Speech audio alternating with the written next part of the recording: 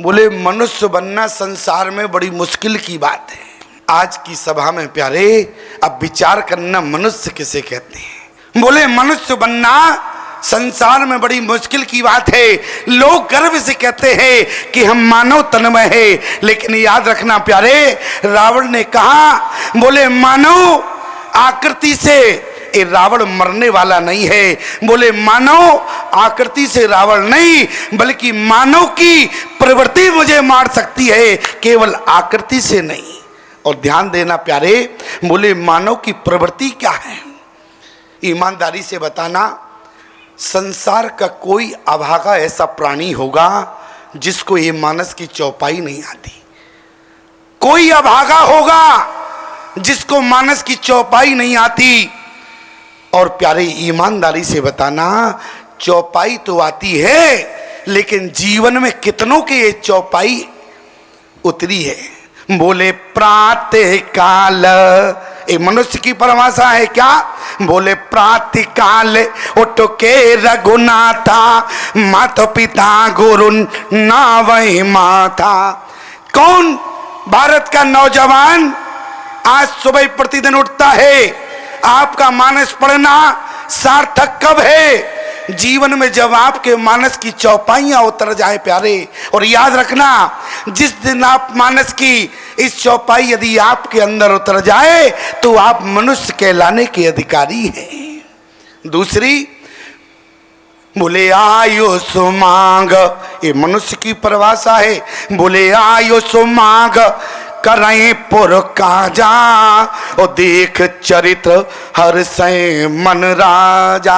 आज का नौजवान बेटा अपने माता पिता से आज्ञा लेना नहीं चाहता, और कहीं बूढ़े टोक भी देते हैं तो वहां नौजवान उनको डांट देता है, तुम्हारी टोकने की आदत है, और जब हम घर से निकलते हैं तुम तभी मुझे टोकते हो। लेकिन जरा विचार करना, नौजवानी का नाम क्या अपने माँ बाप को गाली देना होता। अरे नौजवानी का नाम, आज का नौजवान कहता है क्या करें स्वामी जी, ये तो हमारी जवानी है। याद रखना, नौजवानी का नाम अपने माँ बाप को गाली देना होता। नौजवानी का नाम अपने बड़ों को अपमान करना होता। नौजवानी का नाम अपने माता पिता का अपमान करना होता। तो याद रखना, भारत के नौजवान, तुम्हें परमात्मा बचपन से बुढ़ापा दे देता, लेकिन जवानी जीवन में नहीं देता। जवानी का नाम तो अपने माता पिता की आज्ञा लेकर समाज का कोई कार्य करना, इसको जवानी कहते हैं। आज जिस समय रावण ने कहा कि मनुष्य के हाथों मरेंगे, और तीसरी मनुष्य की परिभाषा है प्यारे, गोस्वामी जी ने बड़ी गंभीरता से लिखा। बोले जननी समा, बोले जननी समा जाने पर नारी, और धन पराओ विष ते विष भारी। जो पराई नारी को माता की दृष्टि से देखता हो वो मनुष्य है। याद रखना प्यारे, बाली के शरीर को भगवान ने अपनी वाणी से अधम कहा।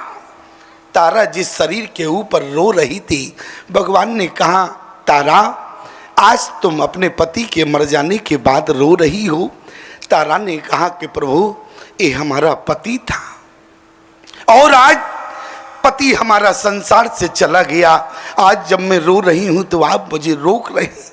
भगवान ने क्या कहा, बोले चित जल पावक अरे गगन समीरा, और पंच रचितवती आदम शरीरा। बोले याद रखना प्यारे, एक मनुष्य को एक स्त्री 4 रूपों में मिलती है। एक मनुष्य को स्त्री 4 रूपों में मिलती है। कौन? एक तो मनुष्य को बहन के रूप में स्त्री मिलती है, दूसरा एक माँ के रूप में मिलती है, और एक पत्नी के रूप में मिलती है, और एक बेटी के रूप में मिलती है। एक मनुष्य का स्त्री से 4 प्रकार से संबंध होता है, लेकिन याद रखना बाली के शरीर को अधम क्यों कहा गया? क्योंकि प्यारे जो चारों स्त्रियों से एक जैसा व्यवहार करता है वो शरीर अधम है, और जो चारों नारियों से अलग अलग व्यवहार करता है वो मनुष्य बड़भागी हुआ करता है। याद रखना बाली के लिए क्या कहा?